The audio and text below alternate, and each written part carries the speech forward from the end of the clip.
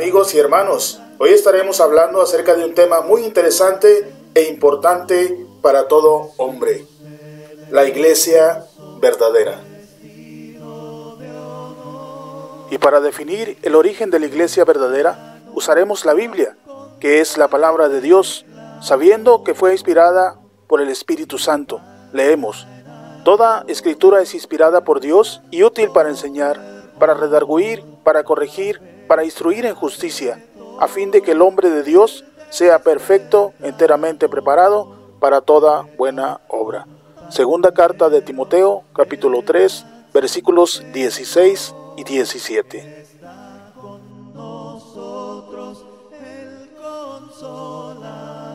Empezaremos definiendo lo que es la iglesia. Leemos: y yo también te digo que tú eres Pedro, y sobre esta roca edificaré mi iglesia, y las puertas del Hades no prevalecerán contra ella. Ahí está hablando el Señor Jesús, y menciona varias cosas importantes sobre la iglesia.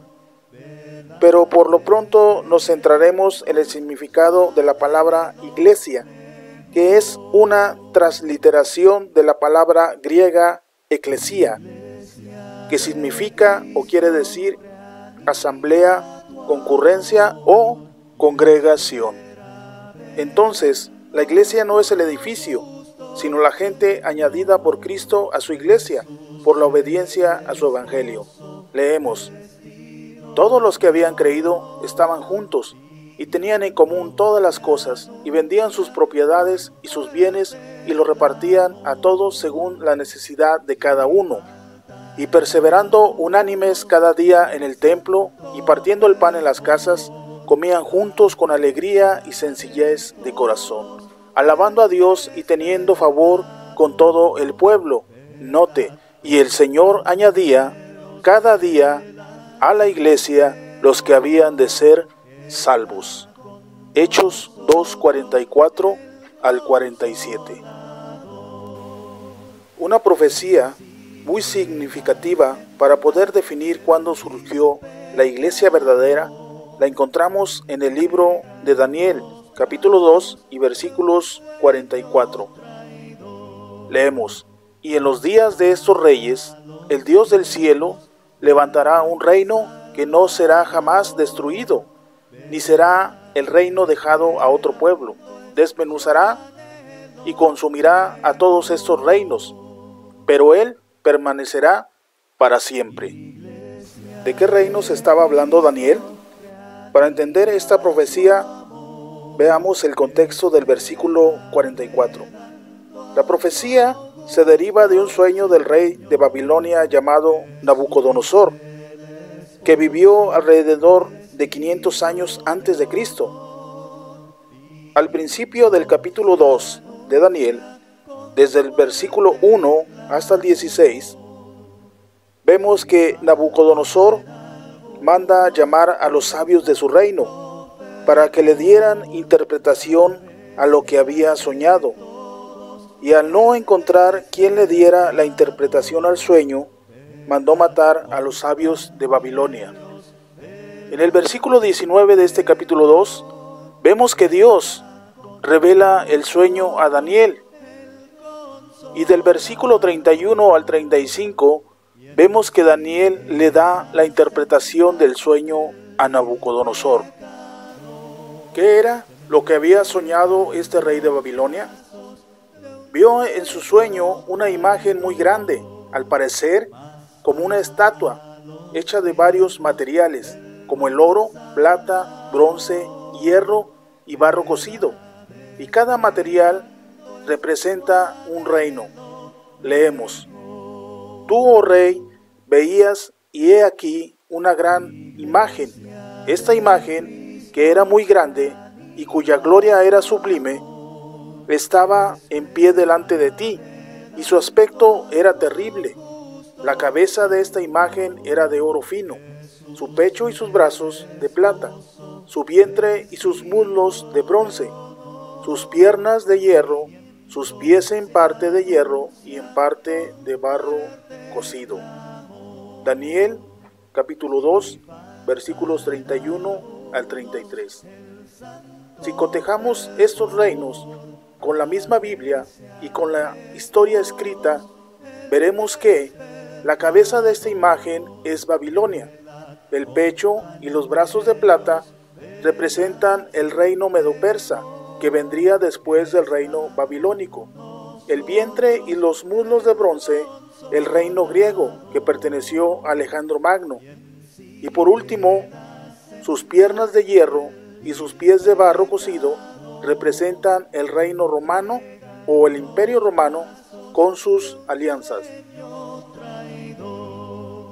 Volviendo a ver el texto con que empezamos a ver esta profecía y viendo ya el significado del sueño de Nabucodonosor, que es en realidad una profecía acerca de la iglesia, podemos ver cuándo empezó la iglesia verdadera. Leemos: así como viste el hierro mezclado con barro, se mezclarán por medio de alianzas humanas, pero no se unirán el uno con el otro, como el hierro no se mezcla con el barro. Y en los días de estos reyes, el Dios del cielo levantará un reino, que no será jamás destruido, ni será el reino dejado a otro pueblo. Desmenuzará y consumirá a todos estos reinos, pero él permanecerá para siempre.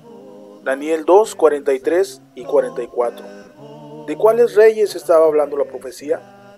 Está hablando del último reino de la imagen que vimos, que perteneció al imperio romano. En este tiempo, Dios levantaría un reino, haciendo referencia a la iglesia. Vemos que cuando Cristo nació, el emperador que reinaba era Augusto César, con lo cual vemos que la profecía de Daniel 2:44 estaba a punto de cumplirse. Leemos: aconteció en aquellos días que se promulgó un edicto de parte de Augusto César, que todo el mundo fuese empadronado. Este primer censo se hizo siendo Cirenio gobernador de Siria, e iban todos para ser empadronados cada uno a su ciudad.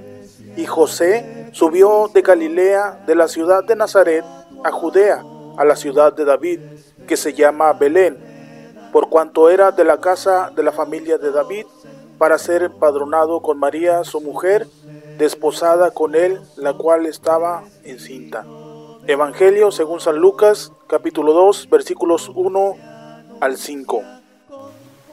Cuando los magos de Oriente fueron a buscar al niño Jesús, se refirieron a él como el rey de los judíos, haciendo referencia del reino que habría de llevar.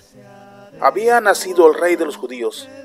Leemos: cuando Jesús nació en Belén de Judá, en días del rey Herodes, vinieron del oriente a Jerusalén unos magos, diciendo: ¿dónde está el rey de los judíos? ¿Qué ha nacido? Porque su estrella hemos visto en el oriente y venimos a adorarle. Ya el Señor Jesús, más adelante, cumpliendo él su ministerio, siendo como de 33 años, él hace referencia a la iglesia como su reino, utilizando intercambiadamente estas dos palabras, iglesia y reino, para poder entender que el reino de Daniel 2:44 estaba haciendo referencia a la iglesia. Leemos: entonces le respondió Jesús: bienaventurado eres, Simón, hijo de Jonás, porque no te lo reveló carne ni sangre, sino mi Padre que está en los cielos. Pues yo también te digo que tú eres Pedro, y sobre esta roca edificaré mi iglesia, y las puertas del Hades no prevalecerán contra ella. Y a ti te daré las llaves del reino de los cielos, y todo lo que atares en la tierra será atado en los cielos, y todo lo que desatares en la tierra será desatado en los cielos. Evangelio de Mateo, capítulo 16, versículos 17 al 19.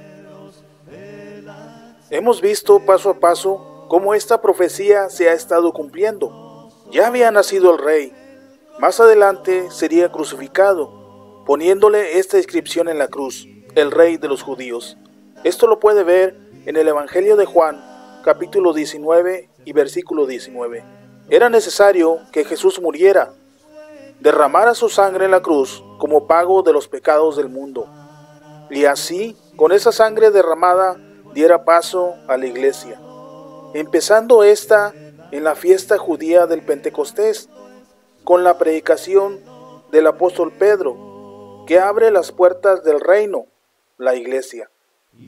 Y se bautizaron como 3,000 personas, dando inicio a la iglesia verdadera. Leemos en Hechos capítulo 2, versículos 40 y 41. Y con otras muchas palabras testificaba y les exhortaba diciendo: sed salvos de esta perversa generación. Así que los que recibieron su palabra fueron bautizados y se añadieron aquel día como 3,000 personas. Más adelante, en ese mismo capítulo, pero en el versículo 46 y 47, vemos al mismo Cristo dando cumplimiento a la profecía, siendo él mismo quien pone a las personas en su iglesia. Leemos: y perseverando unánimes cada día en el templo y partiendo el pan en las casas, comían juntos con alegría y sencillez de corazón, alabando a Dios y teniendo favor con todo el pueblo. Note, y el Señor añadía cada día a la iglesia a los que habían de ser salvos. Es así como vemos el cumplimiento de la profecía de Daniel 2:44 y el inicio de la iglesia, siendo este un día domingo o primer día de la semana en la ciudad de Jerusalén en el año 33 después de Cristo, alrededor de las 9. Ya establecimos el origen divino de la iglesia verdadera en base a la profecía de Daniel 2:44, aclarando que hay otras profecías acerca de la iglesia, pero siendo este un video corto necesitaríamos mucho tiempo para verlas, considerando esta la más clara para este propósito. Ahora veremos qué nombre le da la Biblia a esta iglesia. Leemos Romanos 16:16. Saludaos los unos a los otros, con ósculo santo os saludan todas las iglesias de Cristo.